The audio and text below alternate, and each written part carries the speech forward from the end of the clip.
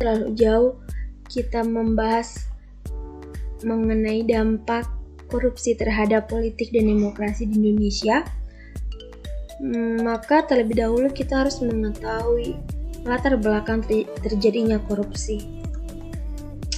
Korupsi di Indonesia ibarat warisan haram tanpa surat wasiat. Ia tetap lestari sekalipun diharamkan oleh aturan hukum yang berlaku dalam tiap orde yang silih berganti. Hampir semua segi kehidupan terjangkit korupsi. Apabila disederhanakan, penyebab korupsi meliputi dua faktor, yaitu faktor internal dan faktor eksternal. Faktor internal merupakan penyebab korupsi yang datang dari diri pribadi, sedangkan faktor eksternal adalah faktor penyebab terjadinya korupsi karena sebab-sebab dari luar. Faktor internal terdiri dari aspek moral. Aspek moral di sini contohnya itu seperti lemahnya keimanan, kejujuran, rasa malu. Terus ada aspek sikap atau perilaku yang dimana pola hidup konsumtif, serta ada aspek sosial.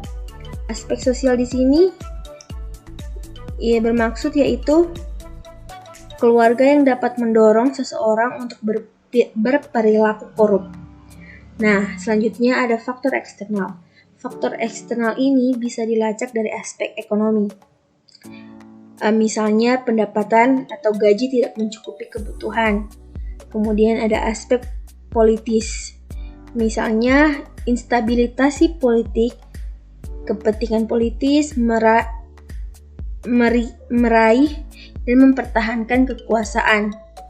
Lalu ada aspek manajemen dan organisasi, yaitu ketiadaan akuntabilitas dan transparansi. Lalu ada aspek hukum, yang dimana terlihat dalam buruknya wujud perundang-undangan dan lemahnya penegakan hukum. Dan ada aspek sosial, yang bermaksud sini, yang berarti yaitu lingkungan atau masyarakat yang kurang mendukung perilaku anti korupsi. Lalu, apa sih korupsi itu? Korupsi adalah tindakan seseorang penyalahgunaan kepercayaan dalam suatu masalah atau organisasi untuk mendapatkan keuntungan. Beberapa macam dampak korupsi terhadap politik dan demokrasi.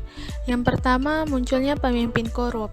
Perbuatan korupsi dilakukan dari bawah, di mana didapatkan karena adanya suap yang dilakukan oleh para calon pemimpin partai. Terjadinya suap tersebut untuk kepentingan dalam persaingan merebutkan jabatan. Ketika sudah memimpin, akhirnya terjadilah tindakan korupsi tersebut. Yang kedua, hilangnya kepercayaan pada demokrasi. Berkurangnya kepercayaan masyarakat terhadap demokrasi dikarenakan terjadinya tindak korupsi besar-besaran yang dilakukan oleh petinggi pemerintah, legislatif, atau petinggi partai politik. Kondisi ini mengakibatkan berkurangnya bahkan hilangnya kepercayaan publik terhadap pemerintahan yang sedang berjalan. Masyarakat akan semakin apatis dengan apa yang dilakukan dan diputuskan oleh pemerintah. Apatisme yang terjadi ini seakan memisahkan antara masyarakat, pemerintah yang akan berkesan berjalan-jalan sendiri-sendiri. Hal ini benar-benar harus diatasi dengan kepemimpinan yang baik, jujur, bersih, dan adil. Lanjut ke hancurnya kedaulatan rakyat. Untuk pengertian kedaulatan rakyat sendiri adalah kemampuan rakyat untuk menyelenggarakan pemerintahan dan melakukannya baik dengan demokrasi langsung maupun perwakilan. Nah, untuk hancurnya kedaulatan rakyat sendiri itu dikarenakan kekayaan di Indonesia hanya dinikmati sekelompok orang saja, bukan kepada rakyat. Seharusnya kedaulatan ada di tangan rakyat, namun yang terjadi sekarang ini adalah kedaulatan ada di tangan partai politik, karena anggapan bahwa partailah untuk representasi rakyat.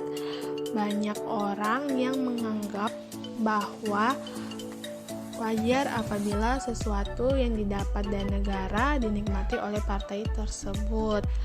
Kemudian, menguatnya plutokrasi.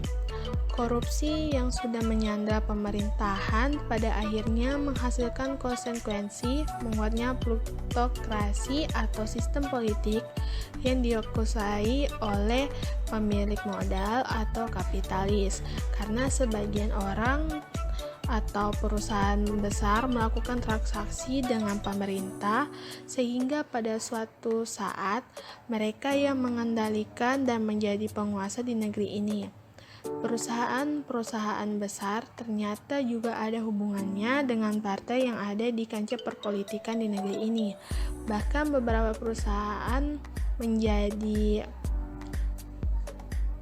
ketua sebuah partai politik. Tak urung antara kepentingan partai dengan kepentingan perusahaan menjadi sangat ambigu.